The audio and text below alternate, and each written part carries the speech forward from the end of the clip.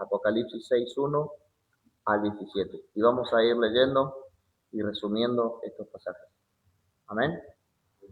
Versículo 1 y 2 dice: vi cuando el Cordero abrió uno de los sellos y oí a uno de los 4 seres vivientes decir, como con voz de trueno, ven y mira. O sea, el primer sello.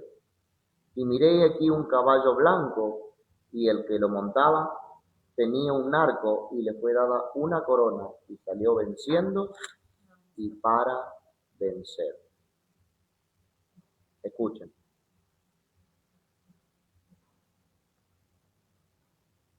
Esta será la manifestación del anticristo, que se presentará al mundo como el príncipe de paz. O sea, el primer sello abierto será la manifestación del anticristo. Porque dice, vi cuando el Cordero abrió uno de los sellos, o sea, el primero, y oí a uno de los 4 seres vivientes decir como con voz de trueno, ven y mira. Y miré aquí un caballo blanco, y el que lo montaba tenía un arco, y le fue dada una corona, y salió venciendo y para vencer. Esta será la manifestación del anticristo, que se presentará al mundo como el príncipe de paz. Este primer sello es el que da inicio a los 7 años de tribulación, ya que la iglesia ha sido arrebatada y se encuentra en la presencia del Señor. El color blanco siempre ha sido el símbolo de paz, lo mismo que el arco sin flechas, ya que se menciona un arco, pero no se mencionan flechas. Este jinete será poderoso y alcanzará una gran posición, ya que le fue dada una corona que salió venciendo y para vencer. Se dice que algunos teólogos ven a este jinete como a Cristo mismo, ya que Cristo es montado sobre un caballo blanco en Apocalipsis 19:11. Pero el Señor aparece con una espada aguda que sale de su boca, y no con un arco. Amén. Por último, cuando Cristo venga, destruirá inmediatamente las fuerzas enemigas y establecerá su reino milenial. O sea, cuando se abre el primer sello, encontramos la manifestación del anticristo que aparece en un caballo blanco, símbolo de paz. O sea, él aparece como el supuesto príncipe de paz y le fue dada una corona que salió venciendo y para vencer. Algunos creen que este es Cristo, pero no puede ni es Cristo, debido a que Cristo aparece con una espada aguda que sale de su boca. Amén. Cristo aparecerá en un caballo blanco vestido de una ropa teñida en sangre. Y su nombre es el Verbo de Dios. Eso lo vamos a ver en Apocalipsis 19:11. La aparición de Cristo se va a dar recién en el capítulo 19. Amén. En conclusión, el primer jinete de Apocalipsis 6 es el anticristo, ya que detrás de este aparecerán otros jinetes, el caballo bermejo, el cual quita la paz de la tierra, para que se matasen unos a otros. Luego el jinete negro, el cual traerá escasez de alimentos, y este representa el hambre.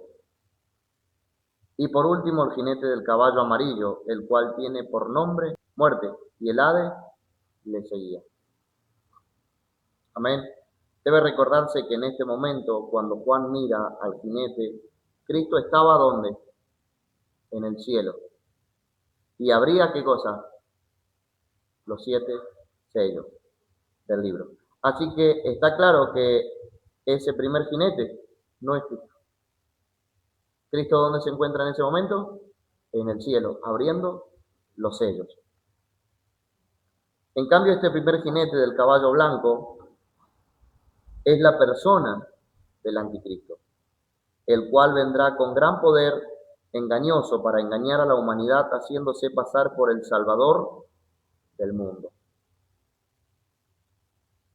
Se sentará en el templo de Dios haciéndose pasar por Dios, cuyo advenimiento es por obra de Satanás, con gran poder y señales, prodigios, mentirosos. Ya que él viene con un arco, pero no se mencionan flechas. En la tradición judía, un arco sin flecha simbolizaba la paz o el cese de un conflicto, o sea, el alto al fuego. pero también representa un arma de guerra. Amén. Veamos la manifestación de este jinete. Segunda de Tesalonicenses 2, 7 y 8, que ya lo vimos esto en clases pasadas. 2, 7 y 8. Porque ya está en acción el misterio de la iniquidad. Solo que hay al presente lo detiene, hasta que él, a su vez, sea quitado del medio. Recuerden que el anticristo no se puede manifestar aún porque hay quien le detiene la tierra. Y creemos que es el cuerpo de Cristo. No es el ángel Miguel, con el cual algunos confunden, que este podría ser el ángel Miguel que está en medio, pero no es el ángel Miguel, debido a que el ángel Miguel, al contrario, no es quitado, sino que es enviado para apresar al dragón, a la serpiente antigua, que lo vamos a ver más adelante. Amén. Sí. Y entonces se manifestará aquel inicuo, a quien el Señor matará con el espíritu de su boca y destruirá con el resplandor de su venida. Amén. Él aparecerá como el anhelado por todos. Su triunfo será diplomático, sin el uso de armas. Él aparecerá como el libertador del caos, en el que estará el mundo. ¿Cree usted que el mundo ya está preparado para todo eso? Hay guerra, rumores de guerra, terremotos. El mundo ya está en caos. O sea que el anticristo se manifestará cuando esté todo desordenado y la iglesia no esté en la tierra. No es que él se va a presentar cuando haya paz, sino que él se presenta para proponer paz y seguridad, para solucionar el caos. Amén. Vemos la guerra de Rusia de Ucrania, la guerra de Israel con Irán, Estados Unidos y otros países que están siendo aliados y que van a seguir aliándose. O sea, el anticristo está a punto de presentarse, solo que no se puede manifestar porque la iglesia está en la tierra. Pero en cualquier momento la iglesia será sacada, entonces se manifestará aquel inicuo. Amén. Escuche, será un periodo muy breve de tranquilidad. Cuando él se presente y diga paz y seguridad, presentándose como el príncipe de paz, esa tranquilidad no durará nada. Escuche, será un periodo muy breve de tranquilidad, pero cuando digan paz y seguridad, entonces, inesperadamente vendrá la muerte y la destrucción repentina, o sea, el segundo jinete del caballo, bermejo, o sea, rojizo, seguido de los otros dos, el negro y el amarillo. El tercer jinete del caballo negro, hambre y escasez. Y el cuarto jinete del caballo amarillo, muerte y el Hades. Veamos 1 Tesalonicenses 5:13.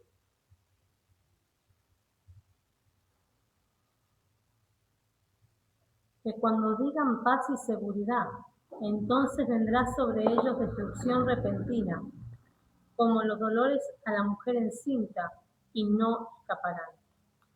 Estos cuatro jinetes representan al anticristo.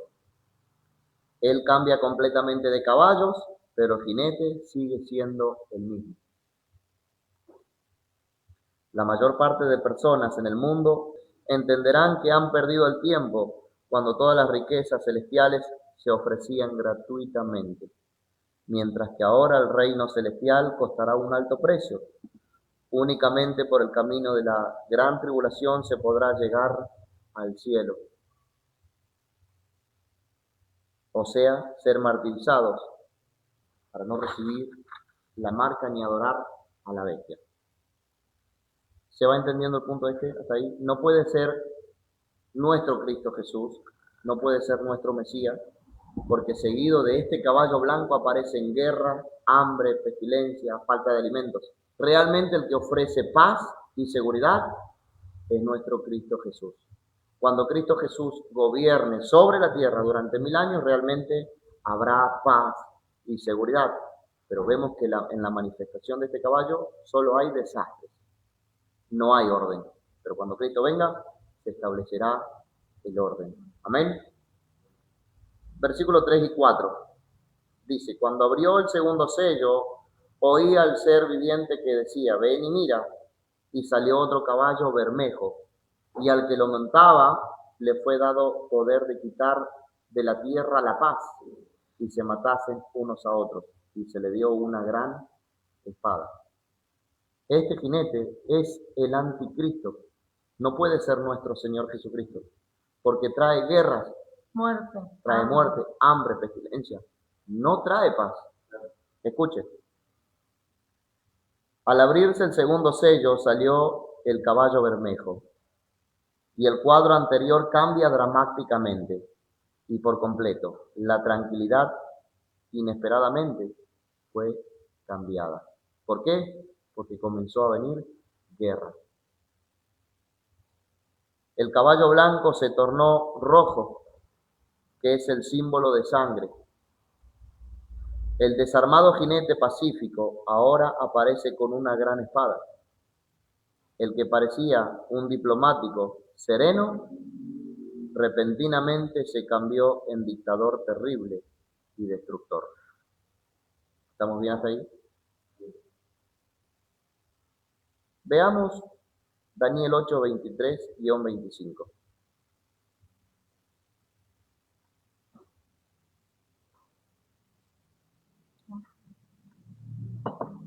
Y al fin del reinado de estos, cuando los transgresores lleguen al colmo, se levantará un rey altivo, de rostro y entendido en enigmas. El anticristo.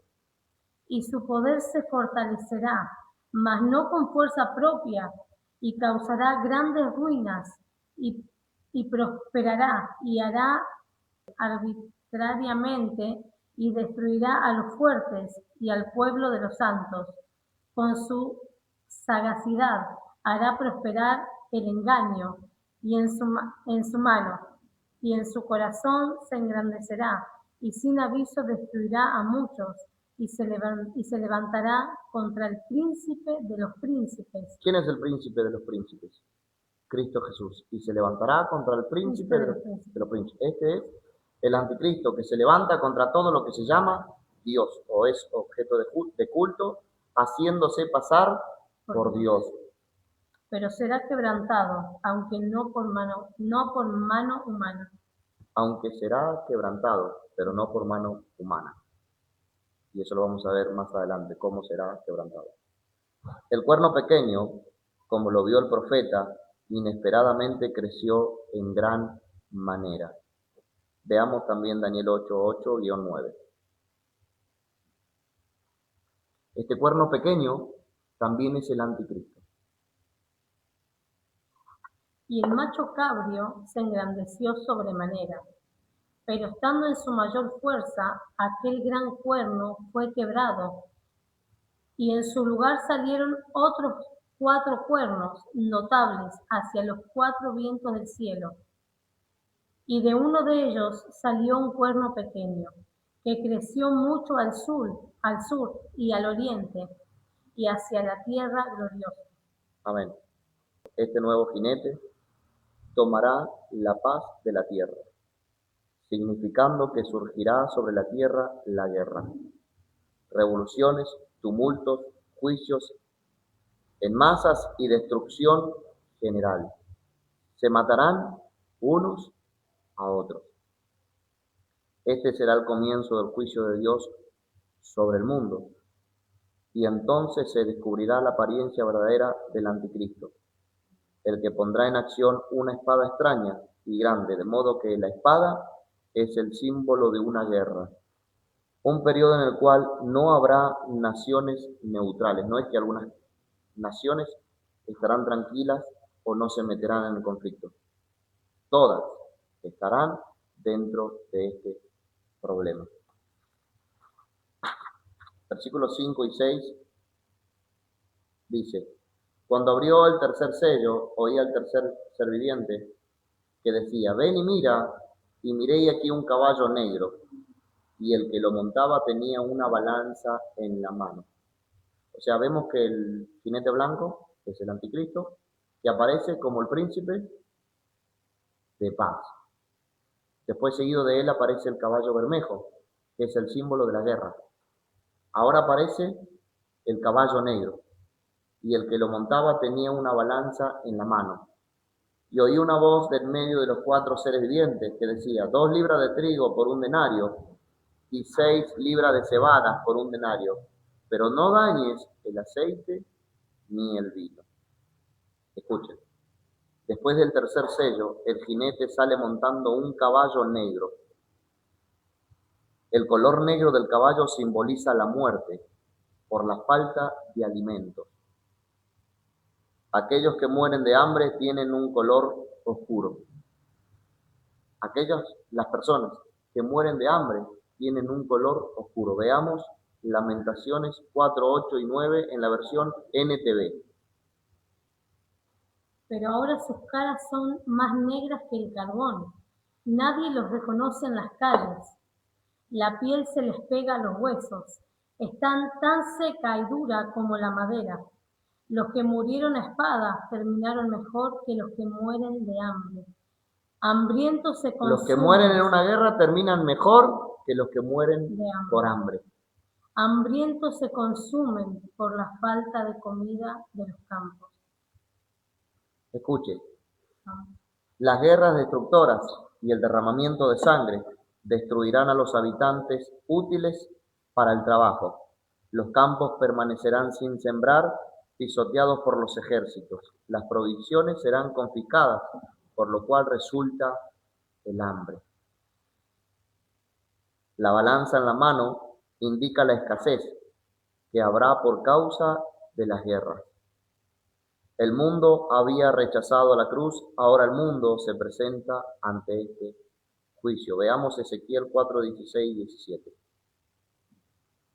Me dijo luego: Hijo de hombre, he aquí, quebrantaré el sustento del pan en Jerusalén, y comerán el pan por peso y con angustia, y beberán el agua por medida y con espanto, para que al faltarles el pan y el agua, se miren unos a otros con espanto y se consuman en su maldad. Serán irreconocibles, entre ellos mismos no se reconocerán. La Biblia menciona historias reales de canibalismo, debido al hambre extremo provocado por el asedio a las ciudades. Cuando un ejército bloqueaba por completo una ciudad, cortaba sus suministros, cortando el agua, comida y su entrada y salida. O sea, cortando la entrada y salida de personas. Y también le cortaba el agua y los suministros, para que no haya ni alimento.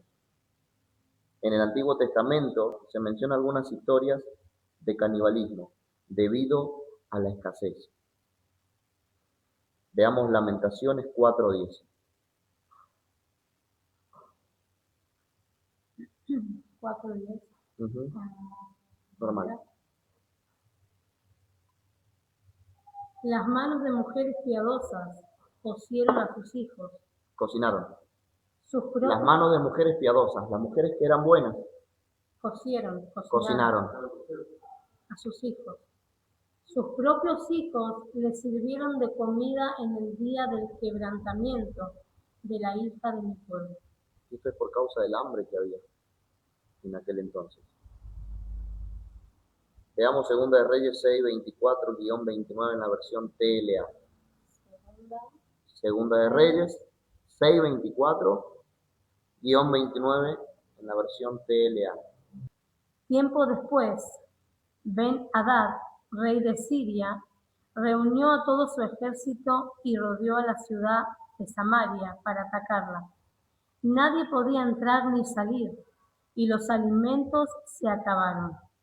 Debido a eso, hubo mucha hambre en Samaria, tanta que la cabeza de un burro se vendía en 80 monedas de plata, y un cuarto de litro de estiércol de paloma se vendía en 5 monedas de plata. Un día, cuando el rey de Israel paseaba sobre el muro que rodeaba la ciudad, una mujer le gritó: Escuchen. «Majestad, ayúdeme». El rey contestó: «Si Dios no te ayuda, ¿cómo quieres que te ayude yo? No tengo trigo ni vino para darte. ¿Cuál es tu problema?». La mujer respondió: Esta mujer me pidió que primero nos comiéramos a mi hijo y que al día sea que habían dos mujeres. Una le dijo, comamos a tu hijo hoy y mañana comeremos al mío. Escuchen. Esta mujer me pidió que primero nos comiéramos a mi hijo y que al día siguiente nos comeríamos al suyo. Así que cocinamos a mi hijo y nos lo comimos.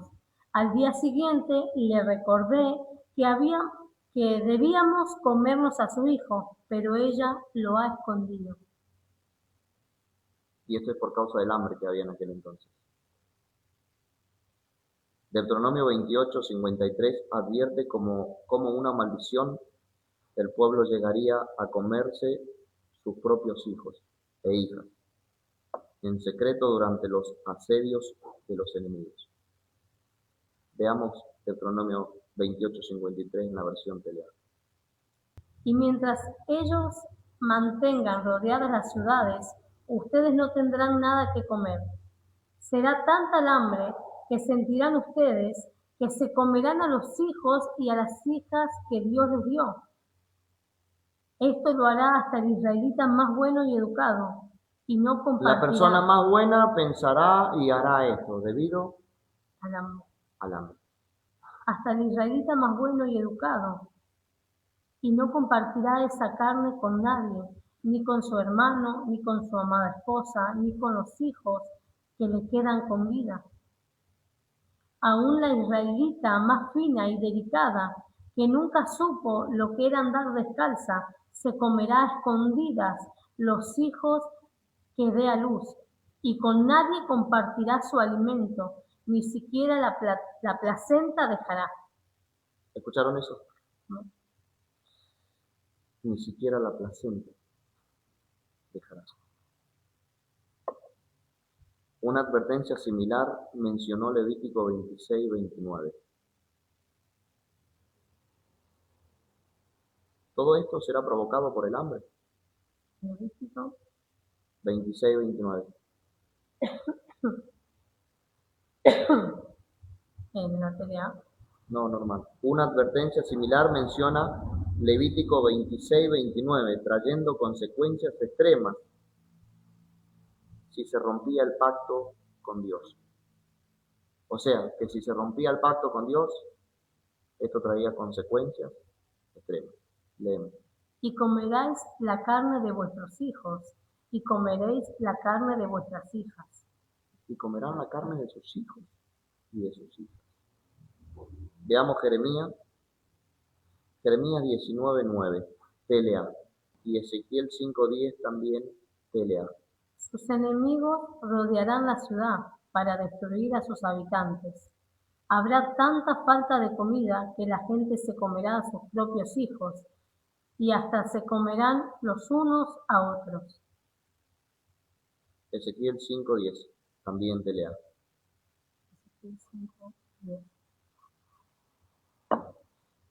Cuando yo declare culpables a sus habitantes, tendrán tanta hambre que los padres se comerán a sus hijos y los hijos se comerán a sus padres.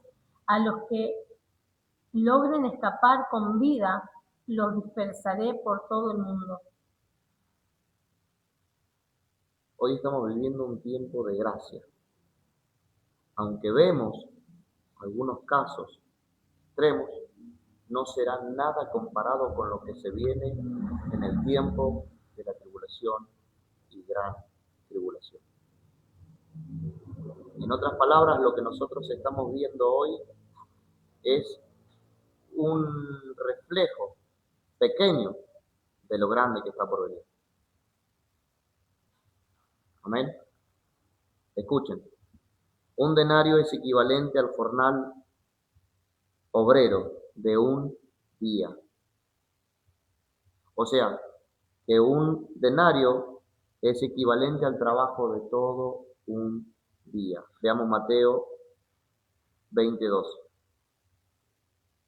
Y habiendo convenido con los obreros en un denario al día, los envió a su viña. Habiendo convenido con ellos un denario al día, los envió a la viña. Los envió a la viña, o sea, al trabajo. mientras que la palabra libra, traducido al griego, es hoinix, y significa que tal medida apenas alcanzará para comer una sola persona. El trabajo de todo un día alcanzará solamente para que una sola persona coma. No alcanzará para 2, para 3, para 4. O sea, que el trabajo de todo un día alcanzará para comprar el alimento para una sola persona. Amén. Eso está en el versículo 6. Sin embargo, la persona no solo necesita comer, sino que también debe vestir, calzar, tener un lugar donde vivir. ¿Quiénes pagan alquiler? ¿Quiénes pagan impuestos? O sea, no solo se necesitará comprar alimento, comprar el pan, sino que habrá otras necesidades que cubrir. Sin embargo, las personas no solo necesitan comer, sino que también debe vestir, calzar, tener un lugar donde vivir y otras necesidades. De manera que si la persona durante un día entero de trabajo ganaría únicamente para alimentarse solo a sí mismo, ¿con qué alimentará a la familia? O sea que si el trabajo de un día alcanza solamente para una sola persona, ¿con qué alimentará a la familia? ¿Cómo podrá pagar sus otras necesidades? Si este jornalero quisiera compartir el pan con su familia, él mismo quedaría tan debilitado que no podrá seguir trabajando por la falta de alimentos en su cuerpo. Por más que este jornalero comparta su alimento con su familia, él terminará tan debilitado que no podrá seguir trabajando, debido a que no hay alimento en el cuerpo. Y si abandona el trabajo, no recibirá ni aquello, de modo que morirá de hambre juntamente con su familia.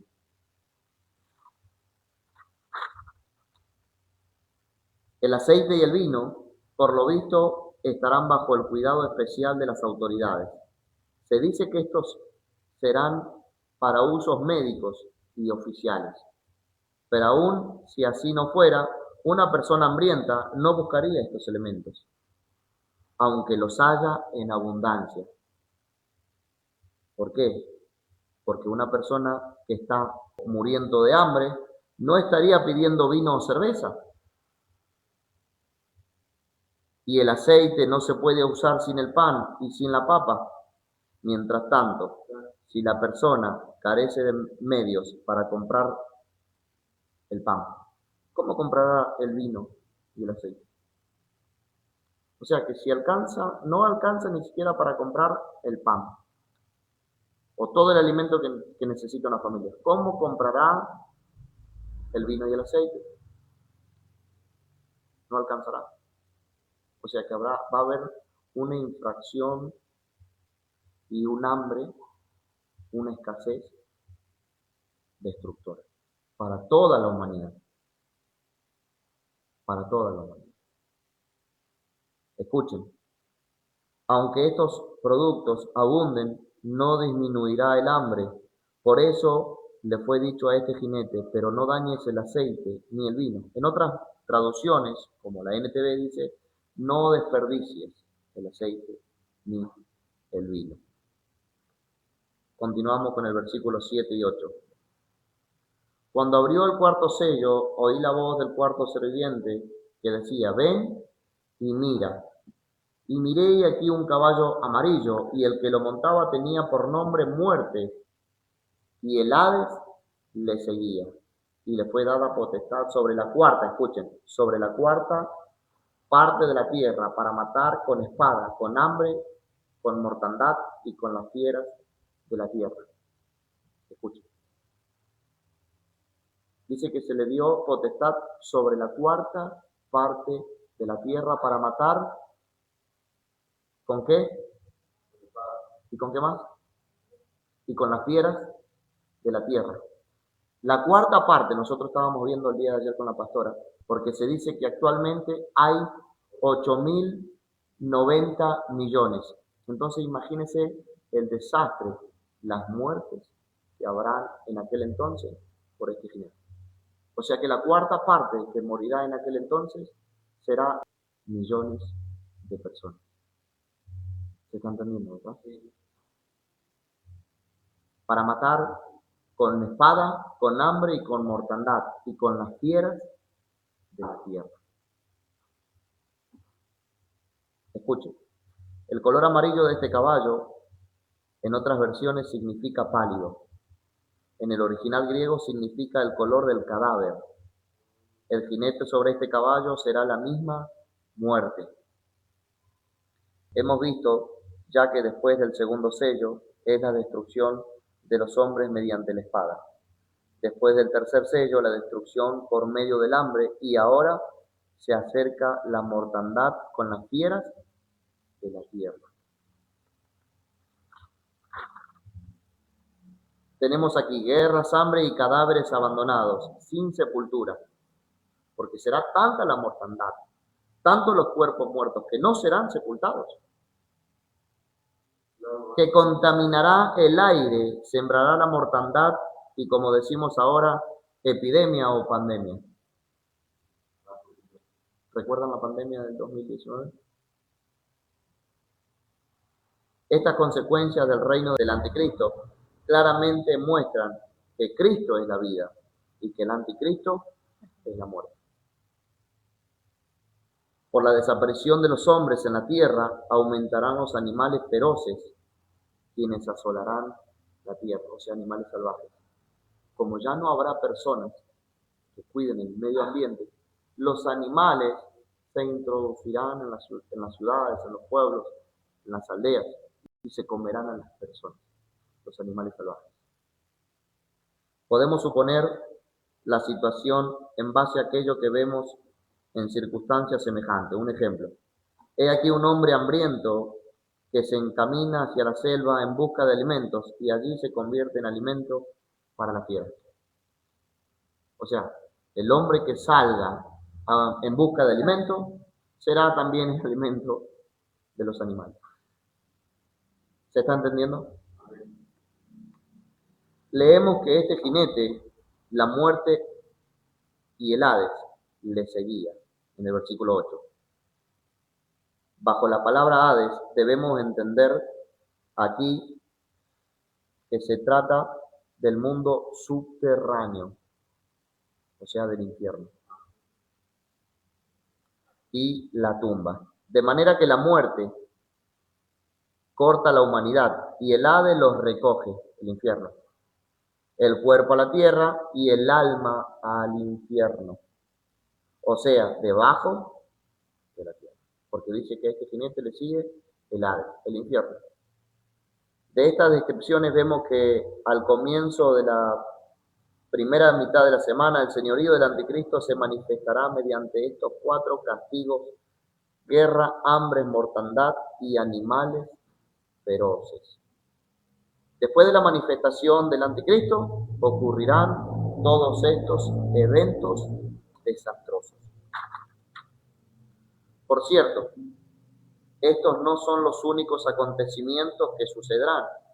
Más adelante veremos que juntamente con estos tendrán lugar otros hechos no menos aterrorizantes que estos. Lo que se viene todavía es mucho más grande y esto todavía es la primera mitad. Se supone que la primera mitad es más leve, porque la segunda mitad, allí será con todo el desastre y el caos. Versículo 9 al 11. Cuando abrió el 5º sello, vi bajo el altar las almas de los que habían sido muertos por causa de la palabra de Dios y por el testimonio que tenían. Y clamaban a gran voz diciendo: ¿hasta cuándo, Señor santo y verdadero, no juzgas y vengas nuestra sangre en los que moran en la tierra? Y se les dieron vestiduras blancas y se les dijo que descansasen todavía un poco de tiempo hasta que se completara el número de sus consiervos y sus hermanos, que también habían de ser muertos como ellos. Escuchen. Después de haber abierto el 5º sello, se descubrió que paralelamente con los hechos susodichos se lleva a cabo una persecución sangrienta de los creyentes que se quedaron en el arrebatamiento. Después de haber abierto el quinto sello, se descubrió que paralelamente con los hechos susodichos se lleva a cabo una persecución sangrienta de los creyentes que se quedaron en el arrebatamiento de la iglesia. El anticristo tratará de destruir a los cristianos que se quedaron para que no haya testigos vivos del verdadero Cristo. Esto no lo hará abiertamente al principio. Esto no lo hará abiertamente, sino que estará operando de forma oculta, detrás del telón, como quien dice, como ya lo viene haciendo por medio de su Espíritu. Él ya viene operando desde el Antiguo Testamento, el Espíritu del Anticristo, porque ya está en acción el misterio de la iniquidad, dijo el apóstol Pablo, solo que hay quien al presente lo detiene. Y probablemente él ya se encuentra en la persona del Anticristo, ya que estamos viviendo los últimos tiempos.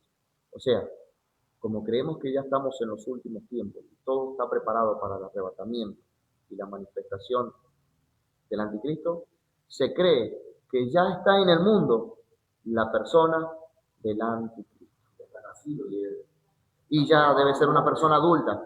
Es más, ya el Espíritu debe estar en la persona, solo que no se puede manifestar porque al presente hay alguien que le detiene, que creemos que es el cuerpo de Cristo. Amén. Al comienzo de su manifestación diplomática, él estará llevando a cabo de forma secreta todos estos acontecimientos hasta que se cumpla la primera mitad de la semana. Entonces él mostrará su verdadero rostro, levantándose contra todo lo que se llama Dios o es objeto de culto, haciéndose pasar por Dios. Veamos Daniel 9:21-27. Escuchen. Aún estaba hablando en oración, cuando el varón Gabriel, a quien había visto en la visión al principio, volando con pretesa... Este es Daniel, que estaba orando por su pueblo. Vino a mí como a la hora del sacrificio de la tarde, y me hizo entender y habló conmigo diciendo: Daniel, ahora he salido para darte sabiduría y entendimiento. Al principio de tus ruegos fue dada la orden. Cuando él comenzó a orar, ya fue dada la orden para revelarle una visión y traer respuesta a la oración. Escucha. Y yo he venido para enseñártela, porque tú eres muy amado. Entiende pues la orden y entiende la visión. 70 semanas están determinadas sobre tu pueblo. 70 semanas, está hablando de semanas de años. Y sobre tu santa ciudad, para terminar la prevaricación y poner fin al pecado, y expiar la iniquidad, para traer la justicia perdurable, y sellar la visión y la profecía, y ungir al Santo de los santos. A Cristo Jesús. Sabe pues y entiende que desde la salida de la orden para restaurar y edificar a Jerusalén hasta el Mesías príncipe habrá 7 semanas. Hasta el Mesías príncipe, o sea, hasta Cristo Jesús. Hasta este entonces, los babilonios habían destruido la ciudad de Jerusalén y el primer templo que había construido Salomón. Entonces el Señor dice, 70 semanas están determinadas sobre tu pueblo para ponerle fin al pecado, a la iniquidad, a la prevaricación. Continúa. Hasta el Mesías príncipe, y habrá 7 semanas, y 62 semanas. Se volverá a edificar la plaza y el muro. Habrán 7 semanas y 62 semanas. 7 semanas y 62, ¿cuánto es? 62 más 7, 69 semanas, que es el total de 483 años. Y 70 semanas, en realidad son 490 años. Pero hasta entonces, hasta la venida del Mesías, o sea, hasta Cristo Jesús, se habían cumplido 483 años. O sea, el Señor estaba diciendo, Daniel, 490 años pasarán desde que se dé la orden de edificar nuevamente la ciudad y el templo y hasta la venida del Mesías, y se quitará la vida del Mesías. Hasta entonces pasarán 483 años. Bien, continuamos. Se volverá a edificar la plaza y el muro en tiempos angustiosos, y después de las 62 semanas se quitará la vida al Mesías, mas no por sí, y el pueblo de un Mas no por príncipe, sí, sino por los pecadores, por usted y por mí. el pueblo de un príncipe que ha de venir destruirá la ciudad y el santuario, y su fin será... Destruirá la ciudad y el santuario. Eso se cumplió en el año 70 después de Cristo, cuando el general Tito destruyó la ciudad y el santuario. O sea, Roma, el pueblo de un príncipe, Roma, destruyó la ciudad. Y el pueblo de un príncipe que ha de venir, todavía no vino. El príncipe, y lo vemos a ese príncipe con P minúscula, no con mayúscula. O sea que se está refiriendo al anticristo. O sea, el pueblo vino y destruyó la ciudad y el santuario, pero el príncipe que ha de venir, que no vino todavía, continúa diciendo. Y por otra semana. Y por otra semana, escuchen, ¿cuántas semanas vimos hasta entonces? 69 semanas. ¿Pero cuántas semanas estaba determinada para ponerle fin al pecado, a la prevaricación? 70.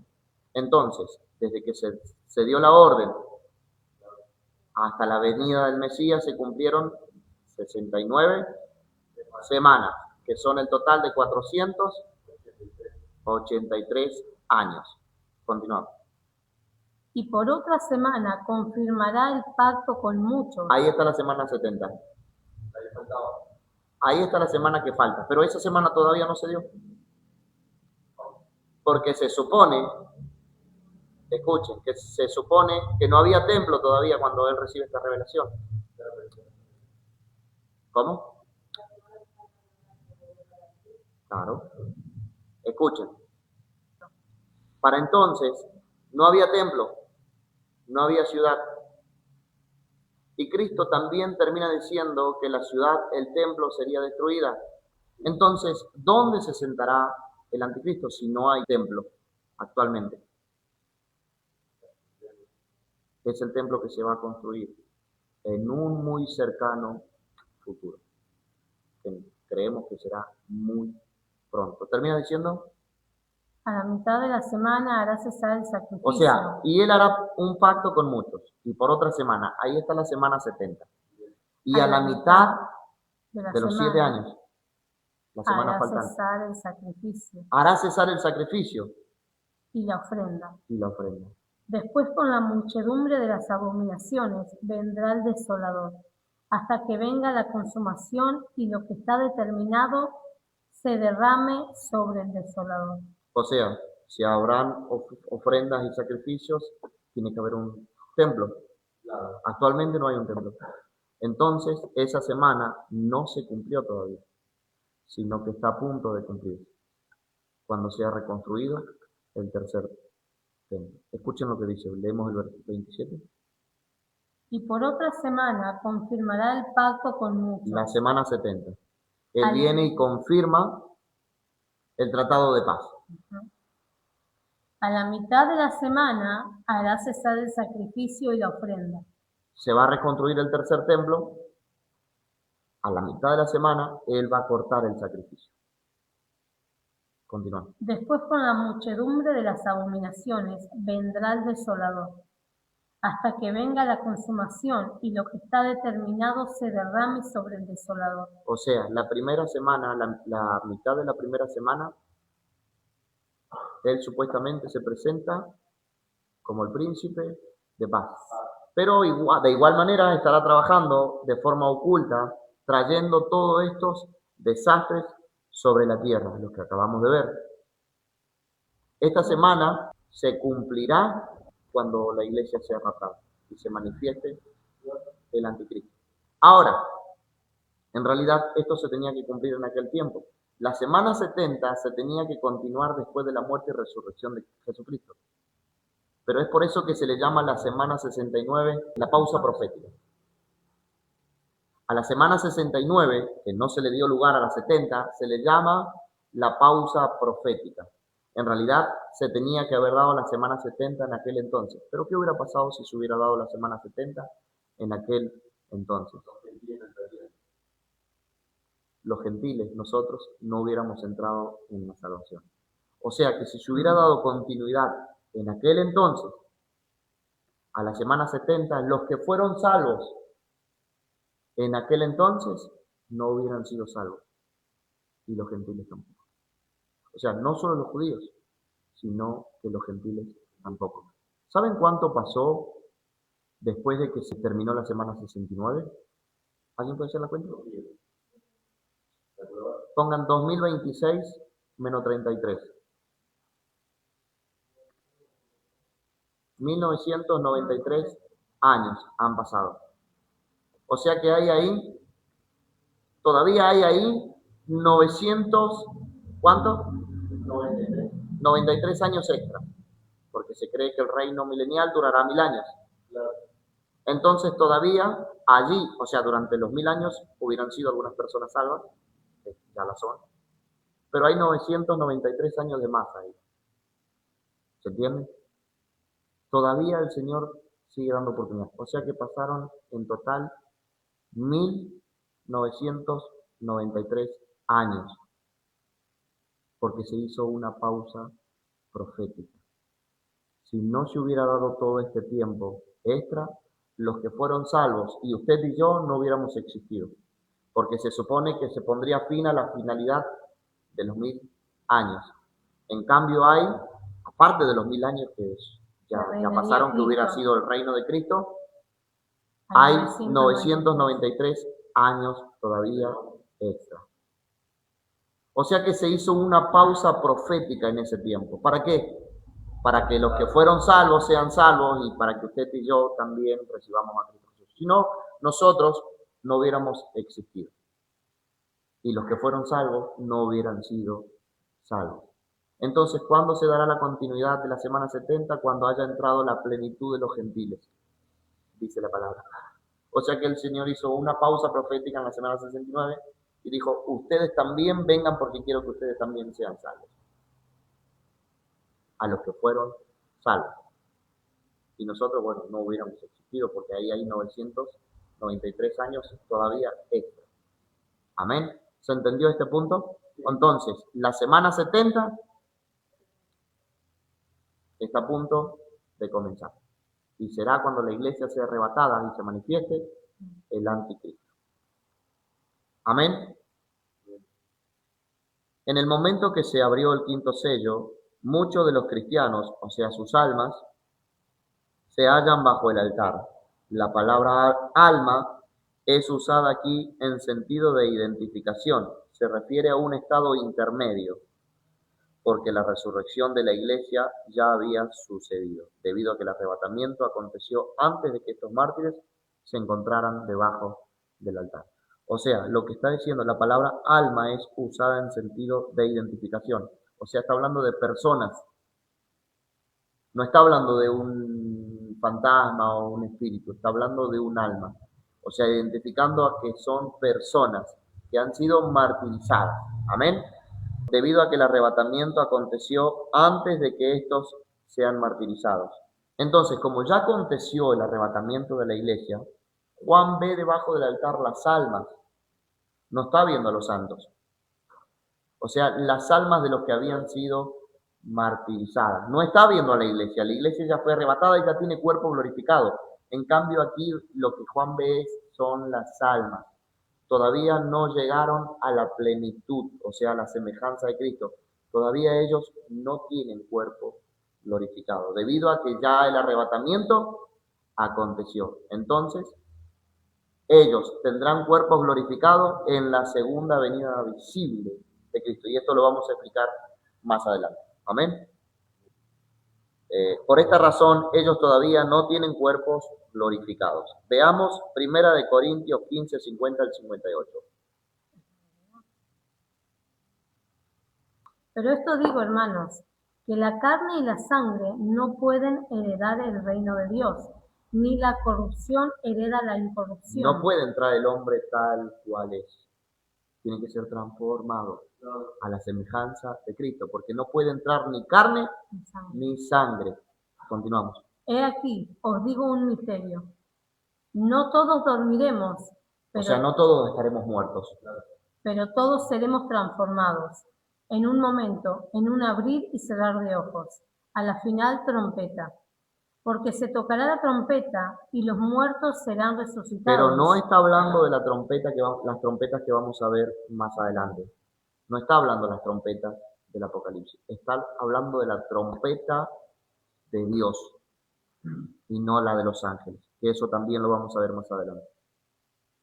Y serán resucitados incorruptibles, y nosotros seremos transformados, porque es necesario que esto corruptible, nuestro cuerpo, se vista de incorrupción, sea glorificado, transformado, y esto mortal, se vista de inmortalidad. El cuerpo que ya no muere, ya no tiene dolor, ya no hay enfermedad, ya no hay sufrimiento, no tendremos cicatrices, rasguños, nada. Y cuando esto corruptible se haya vestido de incorrupción y esto mortal se haya vestido de inmortalidad, entonces se cumplirá la palabra que está escrita. Sorbida es la muerte en victoria. ¿Dónde está, oh muerte, tu aguijón? ¿Dónde, oh sepulcro, tu victoria? Ya que el aguijón de la muerte es el pecado, y el poder del pecado la ley. Mas gracias sean dadas a Dios, que nos ha dado la victoria por medio de nuestro Señor Jesucristo. Así que, hermanos míos, amados, estáis firmes y constantes, creciendo en la obra del Señor siempre, sabiendo que nuestro trabajo en el Señor no es en vano. Todo lo que usted está haciendo para Dios no es en vano. Tiene recompensa. Entonces hay promesa de redención no solo para el alma, sino también para el cuerpo. Nuestros cuerpos serán glorificados, semejante al cuerpo de Cristo. Dice que el cuerpo de Cristo traspasaba las paredes. Dice que el cuerpo de Cristo se fue volando al cielo. ¿Podemos decir gloria a Dios? Hay promesa de redención para que esto corruptible se vista de incorrupción. Amén. Veamos también 1 Juan 3:2.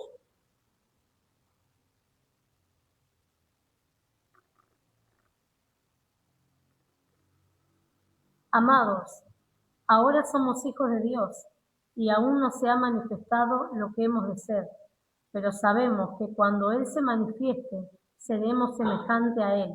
En el arrebatamiento. Seremos semejantes a Él, porque Él todavía no se ha manifestado.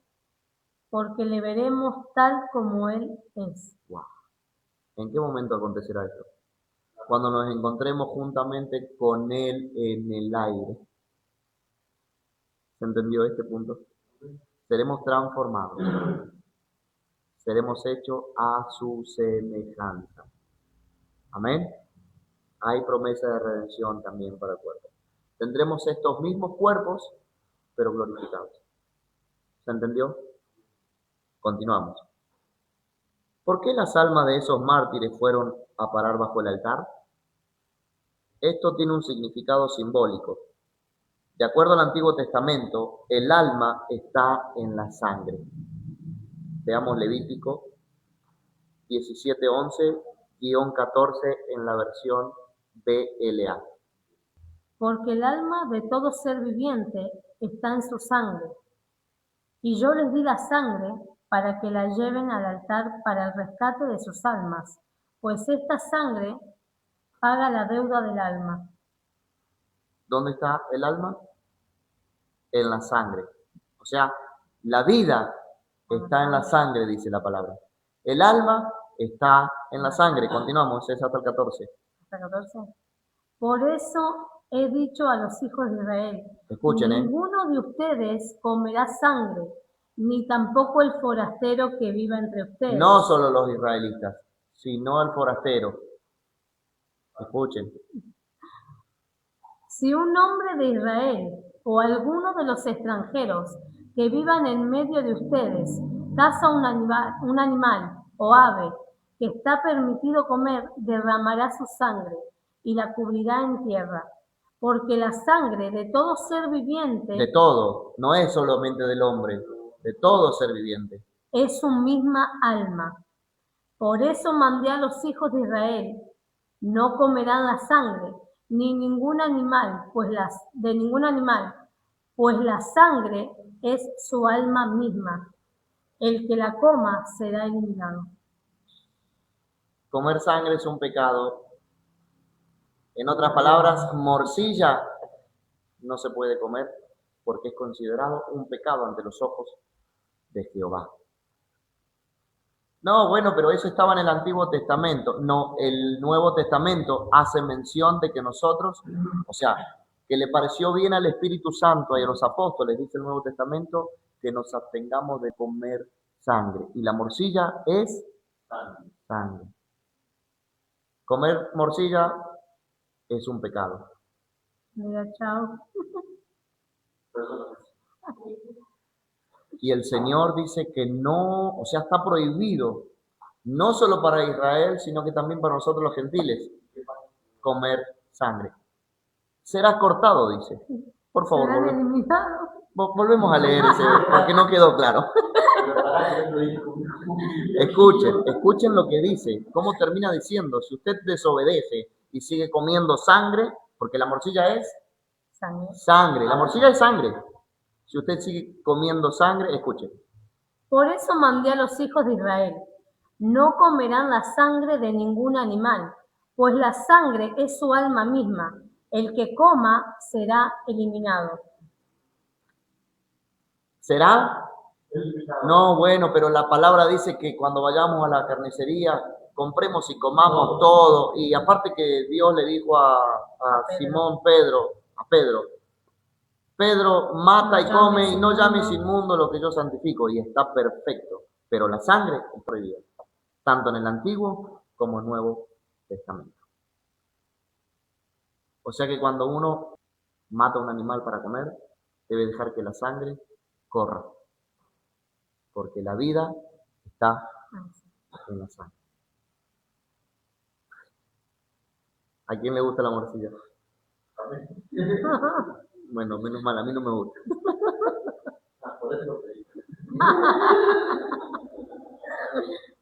Y aunque me gustara, no podría comerla. ¿Se entendió ese punto? La vida está, el alma está en la sangre. Y la sangre se echaba bajo el altar, dice. Veamos Levítico 4:7.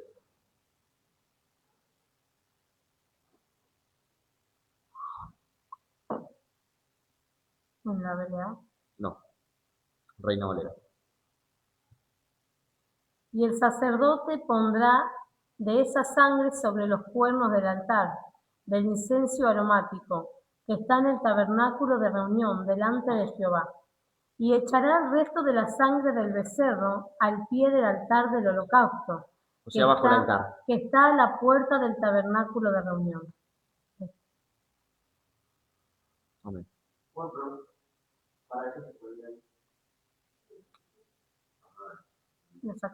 Exactamente. Escuchen, debido a la persecución que habrá contra los cristianos, aquellos mártires, o sea, aquellas almas, se entregarán a sí mismos para sacrificio debajo del altar del Altísimo. Es por eso que se encuentran o se hallan bajo el altar, porque se entregarán en sacrificio durante este periodo de persecución. Amén. Pero esto acontecerá después del arrebatamiento. Y serán aquellos que se quedaron. Escuche. Sin embargo, esta no era simplemente sangre de aquellos mártires, sino que eran almas. ¿Se está entendiendo? Cada alma es una persona individual. Y se les dieron, dice, vestiduras blancas. Versículo 11. Además vemos que esas almas, eran individuos por separados y tenían la capacidad de pensar, recordar, sentir, hablar y oír. Hay algunos que enseñan equivocadamente, afirmando que después de la muerte el alma no tiene conocimiento. ¿Llegaron a hacerse ustedes la pregunta de ¿nos reconoceremos cuando estemos en el cielo? Bueno, la Biblia menciona de que estas almas tienen conocimiento y se acuerdan de aquellos que estaban en la tierra. O sea que sí nos conoceremos y sí tendremos conocimiento. ¿Hasta cuándo nos juzga si venga nuestra sangre? De los que moran en la tierra. Ay, Señor, tendríamos que poner la pantalla acá. O sea que tendrán conocimiento estas almas. No es que no se conozcan. Ay, ¿quién es? Alguien dijo, el que va a ir al cielo es usted. No es otra persona. Perdón, chao. El que va al cielo, por ser salvo, será usted, no será otra persona. ¿Qué quiero decir? Es que no es que, ay, ¿quién es? ¿Y tú quién eres? ¿Y yo quién soy? Nos reconoceremos. Yo sé quién soy, yo sé quién era, ya no somos marido y mujer, es mi hermano en Cristo, pero yo sé quién era él para mí en la tierra. Sí tendremos conocimiento, recordaremos cosas. Recordaremos a nuestros hijos, todo, pero somos ¿Dónde todos se encuentran hermanos. estas almas? Debajo del altar, en la presencia del Señor. Y esto es ya en el reino de Dios. Y ellos dicen, ¿hasta cuándo, Señor, no vengas y juzgas? O sea, que ellos saben qué pasó con ellos. Sí, recordaremos todo. Sabremos que usted es mi hermana, mi hermano en Cristo, ella fue mi esposa, los chicos fueron mis hijos. Reconoceremos todo. Es más, nosotros ya somos hermanos en Cristo. Amén. O sea que sí nos acordaremos de nosotros y de lo que pasamos en la tierra. Sí, pero ya no habrá dolor, no habrá tristeza. De esas cosas no nos acordaremos. De lo malo, el sufrimiento, todo lo que lloramos, eso no va a venir. El Señor enjuagará toda lágrima, dice la palabra. Y lo vamos a ver más adelante. O sea que sí habrá conocimiento, porque las almas que se encuentran debajo del altar hasta entonces tienen conocimiento. Dicen, Señor, ¿por qué no juzgas nuestra sangre? O sea, nuestras almas, de los que moran en la tierra. Tienen conocimiento. Recuerdan todo. ¿Se ha entendido este punto? Amén. La aparición de estas almas, sus oraciones y vestiduras blancas claramente indican que son almas conscientes. Vuelvo a repetir, no se me distraiga. La aparición de estas almas, sus oraciones y vestiduras blancas claramente indican que son almas conscientes. Continúo. De acuerdo a este acontecimiento, esta doctrina queda anulada. ¿Qué doctrina? La que el alma no tiene conocimiento. No. Sí, no solo la de Salomón, sino que hay personas equivocadamente que el alma cuando muere ya no recuerda nada, porque hay otros versículos que dicen que el muerto está y no tiene conocimiento. O sea, a lo que se está refiriendo, que no puede hacer nada, no se puede manifestar. La persona una vez muerta pasa a un lugar eterno. No. O sea, si murió en Cristo y si murió sin Cristo, ¿se entendió este punto? Amén. Entonces, de acuerdo a este acontecimiento que vemos debajo del altar, a estas almas con conocimiento, queda anulada la doctrina de que no hay conocimiento de la persona en el cielo. Ya que el alma no se duerme, ni se aniquila, ni pierde el conocimiento, sino que pasa a un lugar eterno, ya sea en la presencia de Dios, si murió en Cristo, o al infierno, en el lugar de tormento, si murió sin Cristo. Amén. ¿Se entendió este punto? Gloria a Dios. ¿Seguimos? El apóstol Juan vio las almas de modo que se pueden ver. O sea, el apóstol Juan vio las almas de modo que se pueden ver. Eran personas, solo que no habían sido glorificados, sino que se encuentran en un estado intermedio hasta la aparición de nuestro Señor Jesucristo.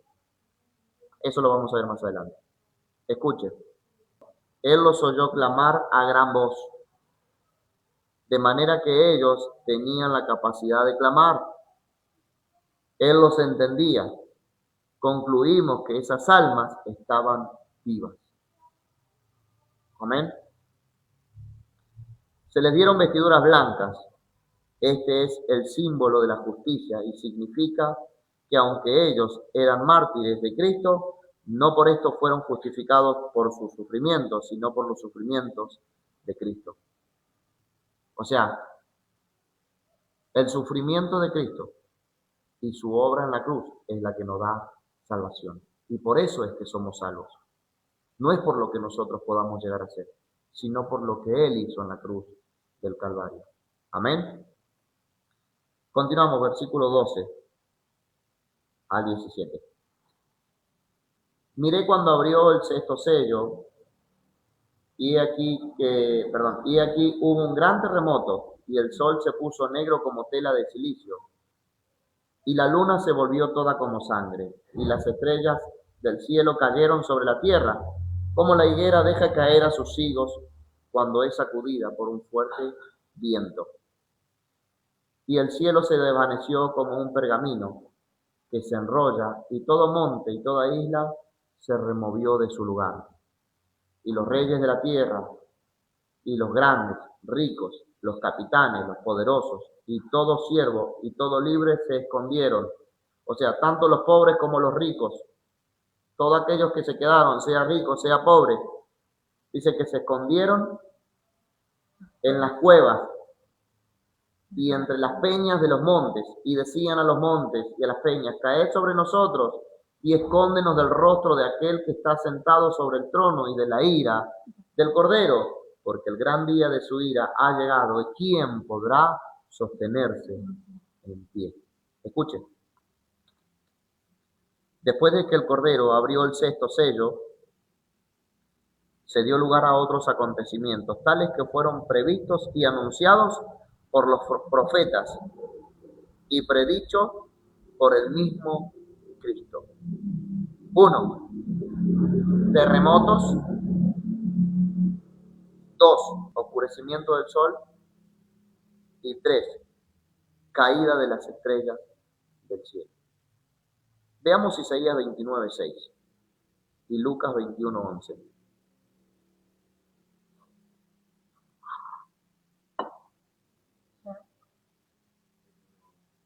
Lucas 21:11. Por Jehová de los ejércitos serás visitada con truenos, con terremotos y con gran ruido, con torbellino y tempestad y llama de fuego consumidor. ¿Y Lucas? Lucas 21:11. Y habrá grandes terremotos y en diferentes lugares hambres y pestilencias, y habrá terror y grandes señales del cielo. Oscurecimiento del sol. Isaías 13:9-10.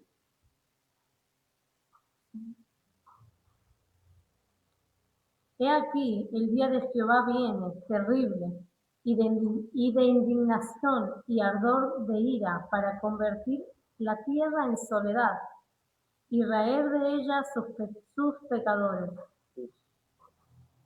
Por lo cual las estrellas de los cielos y sus luceros no darán luz, y el sol se oscurecerá al nacer, y la luna no dará su resplandor. Joel 2:31 y 32 y 3:15. Joel 2:31-32 y 3:15. Escuchen, en otras palabras, nosotros hoy, aunque vemos acontecimientos desastrosos, estamos viviendo la gloria de Dios. El sol se convertirá en tinieblas y la luna en sangre, antes que venga el día grande y espantoso de Jehová. Encontramos que en el capítulo 6 habrán fenómenos donde el sol se oscurecerá y la luna se convertirá en sangre y las estrellas caerán del cielo.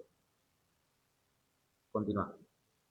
Y todo aquel que invoque el nombre de Jehová será salvo, porque en el monte de Sión y en Jerusalén habrá salvación, como ha dicho Jehová. y entre el remanente el cual él habrá llamado. Joel 2:31 es. Y 32. Y 32. Sí. ¿Lo volvemos a leer, por favor? ¿Los dos? Sí, 31 y 32. El sol se convertirá en tinieblas y la luna en sangre. Estas son las profecías anunciadas, tanto por los profetas como también por Cristo, porque también Cristo anunció estas profecías. Antes que venga el día grande y espantoso. Antes de la venida del Señor. ¿Y por qué dice antes del día grande de Jehová? O sea, el día espantoso. Se está refiriendo a la segunda venida de Cristo. ¿Por qué? Porque cuando Cristo venga, Él reinará con vara de hierro a todos los moradores de la tierra. Entonces a los líderes políticos, a los grandes, a los reyes, a los capitanes, no les será nada agradable todo esto. Continuamos. Y todo aquel que invoque el nombre de Jehová será salvo, porque en el monte de Sión y en Jerusalén habrá salvación, como ha dicho Jehová, y entre el remanente el cual él habrá llamado. O sea, cuando estos acontecimientos ocurren, el que invoque el nombre de Jehová será salvo. O sea que hay salvación todavía. Habrá salvación durante todo este evento desastroso. Para aquellas personas que se hayan quedado. Para las personas que se quedaron. Veamos 3:15. Sí. Joel 3:15.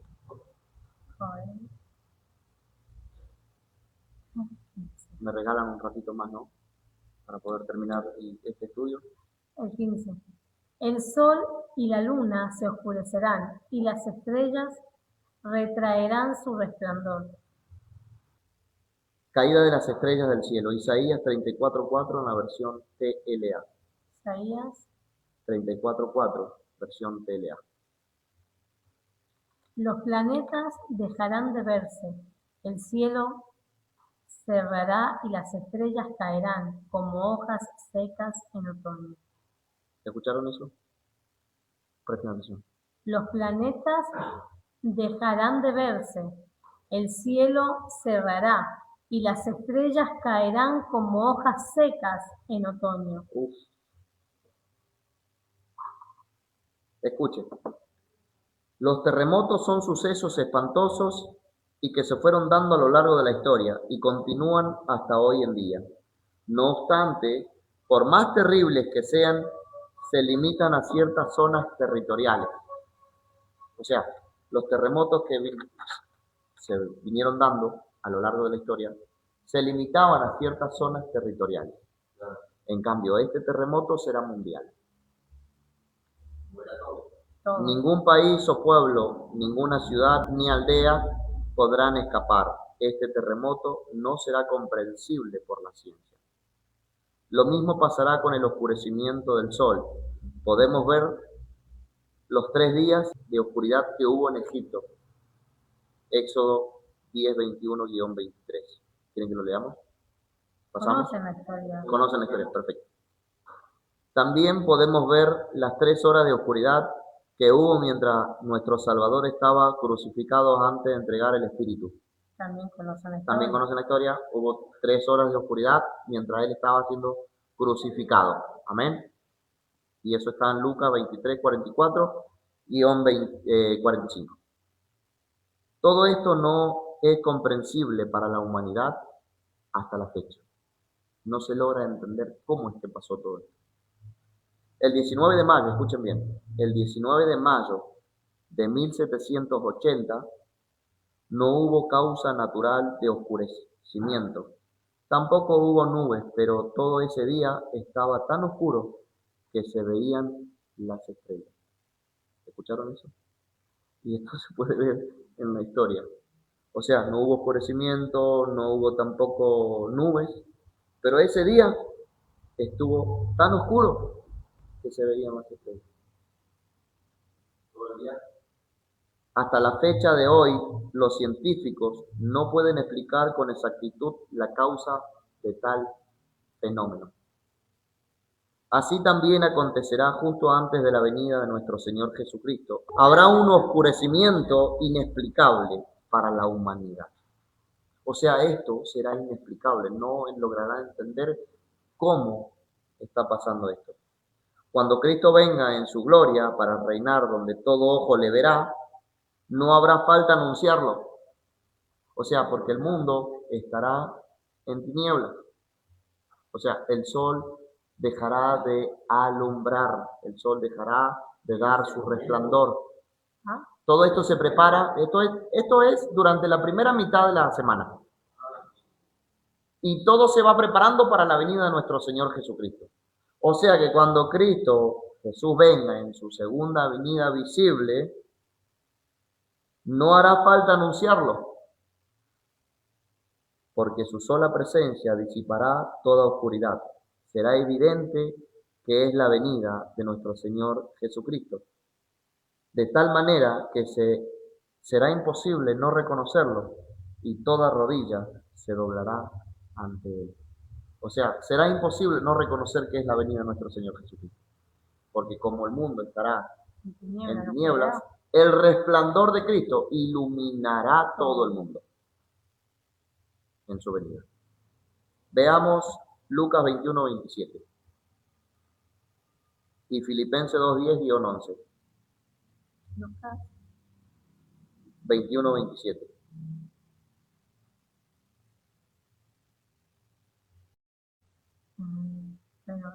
Sí, por favor. Entonces verán al Hijo del Hombre, que vendrá en una nube, con poder y gran gloria. Amén. Filipenses 2:10-11.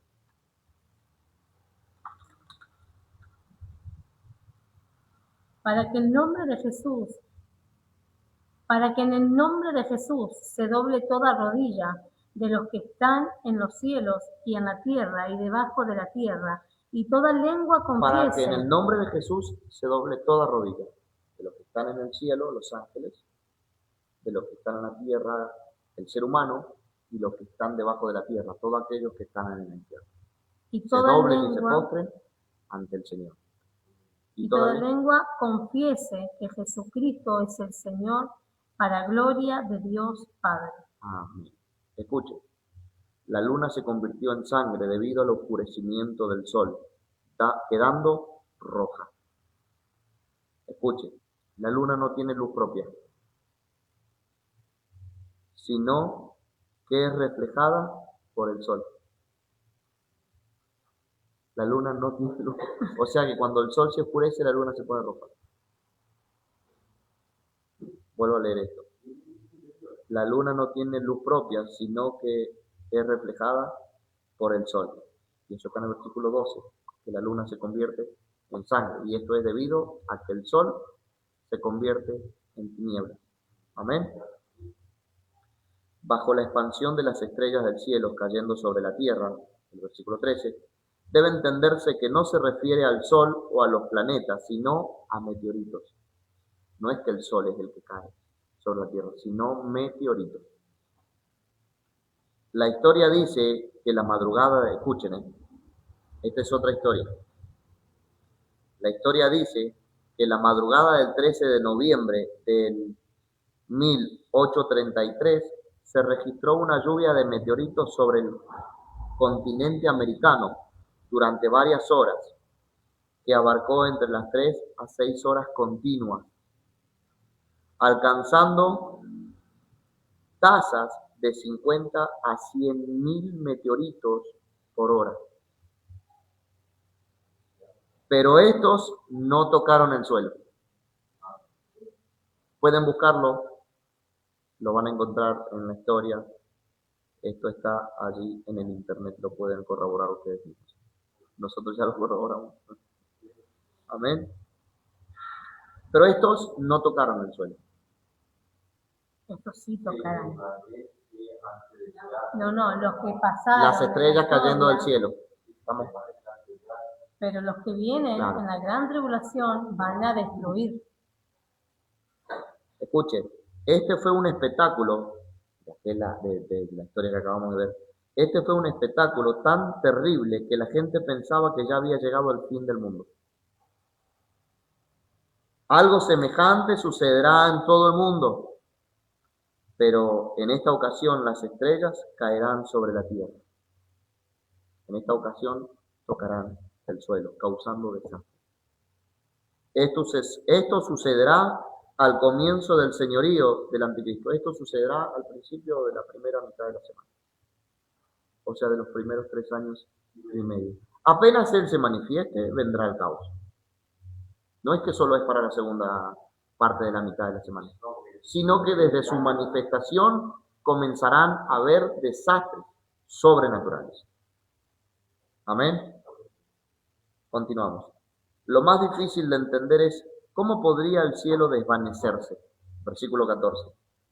Es claro que esto no se refiere a los espacios interplanetarios, cuando dice que el cielo se desvaneció como un pergamino.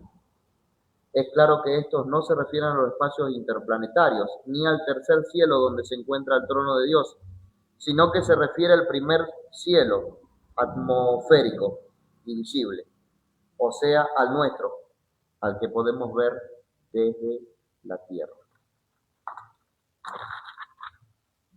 Así que es probable que estos elementos visibles se desvanezcan y se guarden como un pergamino. O sea, este es el cielo que nosotros vemos, es como que se haga esto.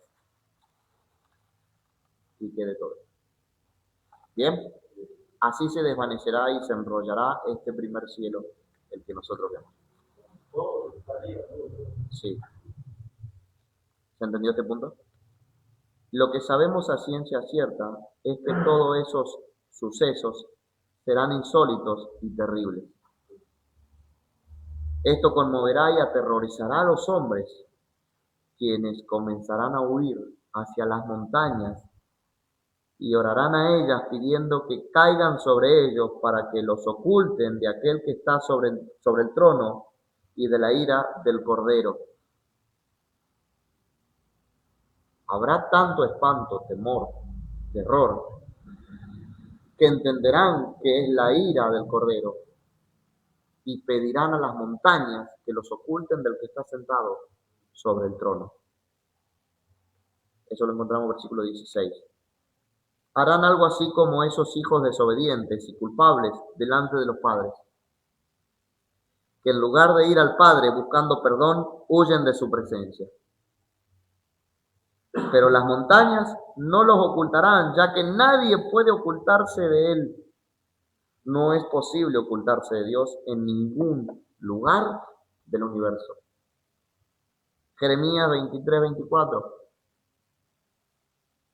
y Amós 9:2-3, y ya terminamos, ya estamos terminando. Jeremías 24. ¿Se ocultará alguno, dice Jehová, en escondrijos que yo no lo vea? ¿No lleno yo, dice Jehová, el cielo y la tierra?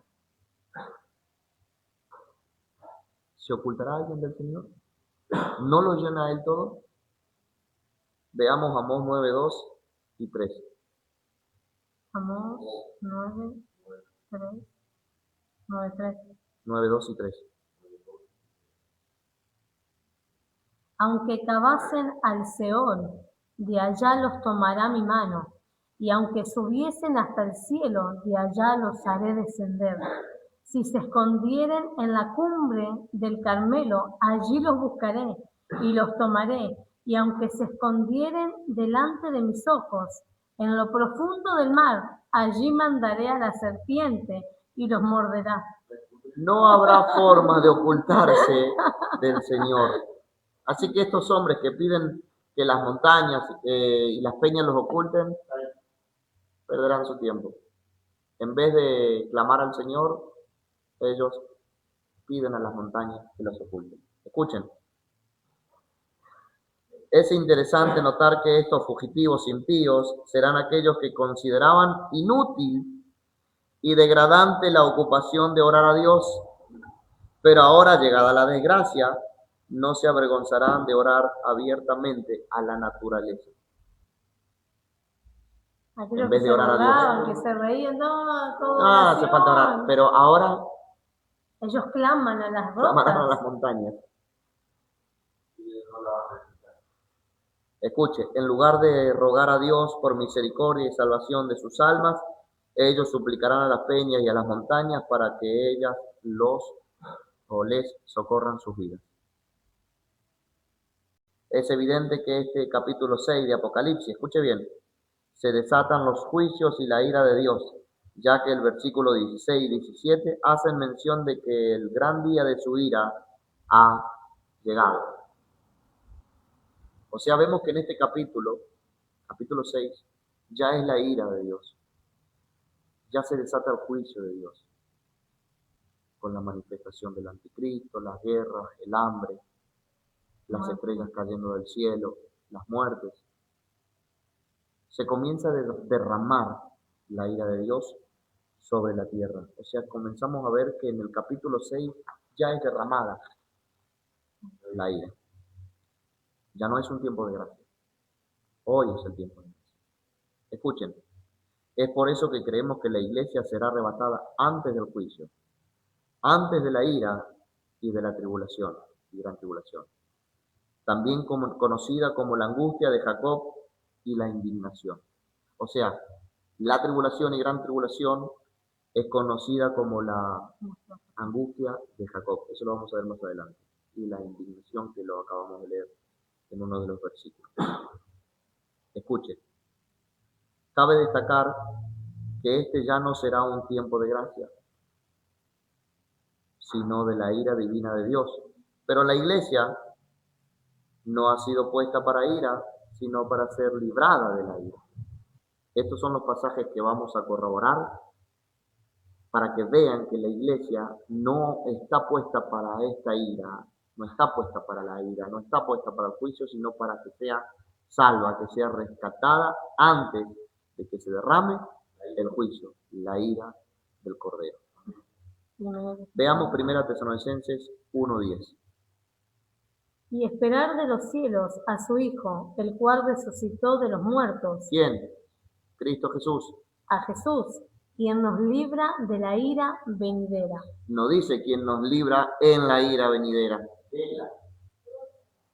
sino de la ira venidera. Y es allí donde nos encontramos con él en el aire.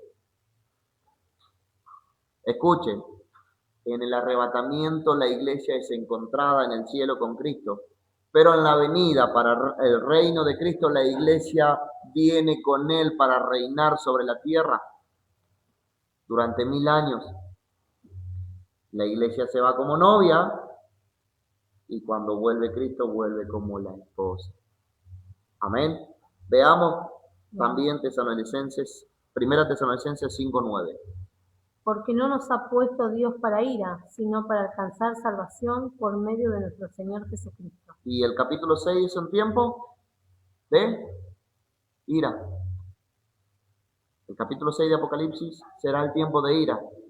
Volvemos a leer esto. 5:9. Escuchen. Porque no nos ha puesto Dios para ira, sino para alcanzar salvación por medio de nuestro Señor Jesucristo. Romanos 5:9.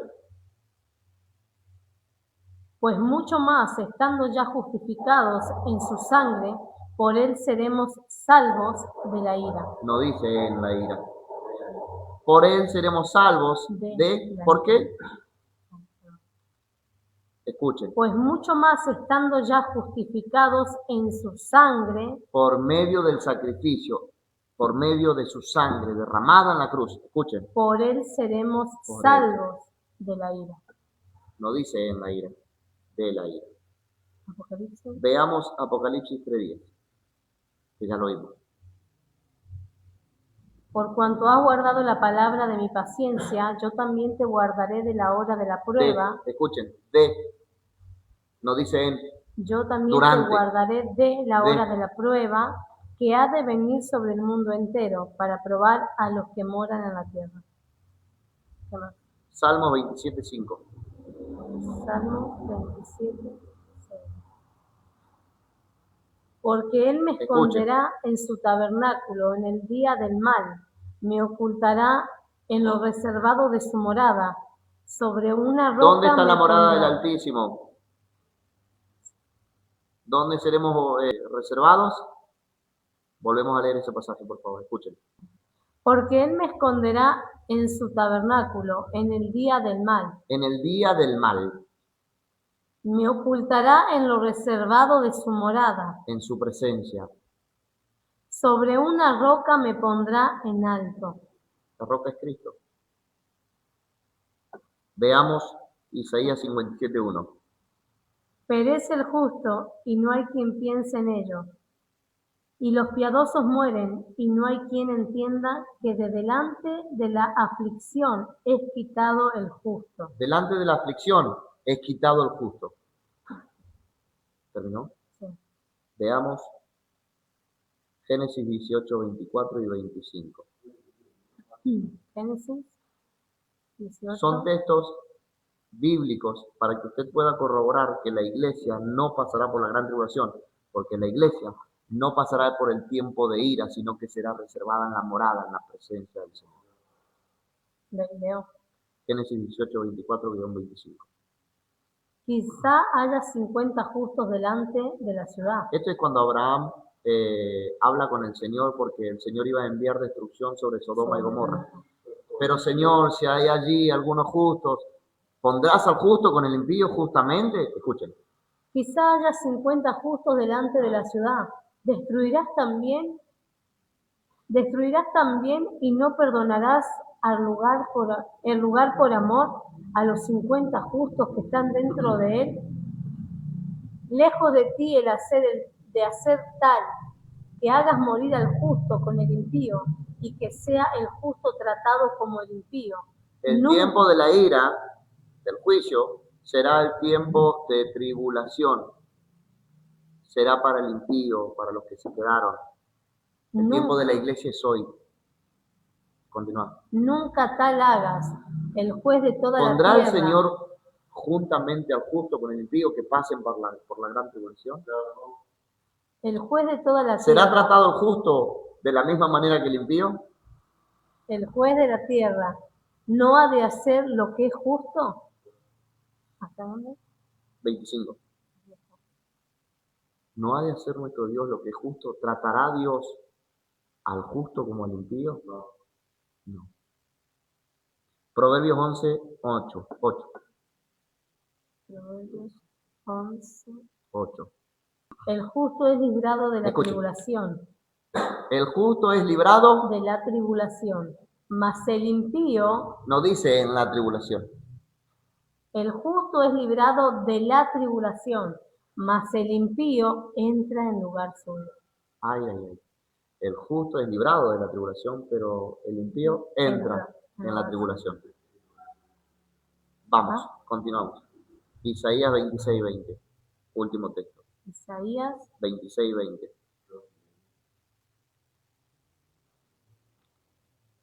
Anda, pueblo mío, entra en tus aposentos, cierra tras ti tus puertas. Esto es el Señor hablando. Escóndete un poquito, por un momento. Escóndete un poquito, por un momento, 7 años. Escóndete aquí, ven, por 7 años. Por un momento, un poquito, ven. En tanto que pasa la indignación. En tanto que pasa el juicio, la ira de Dios. El Señor está diciendo, hey, ven, escóndete un ratito. 7 años. Hasta que pase, ¿qué cosa? ¿Qué es la indignación que lo acabamos de ver? La ira. El juicio de Dios, llamado la angustia de Jacob. La indignación. Escóndete un poquito hasta que pase la indignación. Un poquito, 7 años. La iglesia estará resguardada en el cielo. Escuche, es por esto que la iglesia ya se encontrará en la presencia del Señor. No estará cuando se comience a abrir el primer sello. No estará en la tierra, sino que estará en la presencia del Señor. Y esto lo podemos corroborar en el capítulo 5, versículo 7 de Apocalipsis, antes del capítulo 6, que ya lo vimos, donde los santos entonan un cántico nuevo que solo los que son redimidos pueden cantar. De todo pueblo, linaje, ¿se acuerdan? Allí se encuentran los santos cantando un nuevo cántico, y es mucho antes del capítulo 6, donde se derrama la ira de Dios. Capítulo 6 es la ira de Dios sobre la tierra. Capítulo 4 es el arrebatamiento. Capítulo 5 ya la iglesia está en el cielo. Cuando el Cordero está por abrir los sellos. Cuando el Cordero toma el libro de la mano derecha del Padre. Y allí se encuentran los 24 ancianos que representan también a la iglesia. Entonces la iglesia en este entonces no estará en la tierra. Estará reservada en la presencia de Dios. Amén. Terminamos. ¿Alguna duda, alguna consulta? ¿Quedó claro? Amén. Gloria a Dios. Oramos y terminamos. Amén.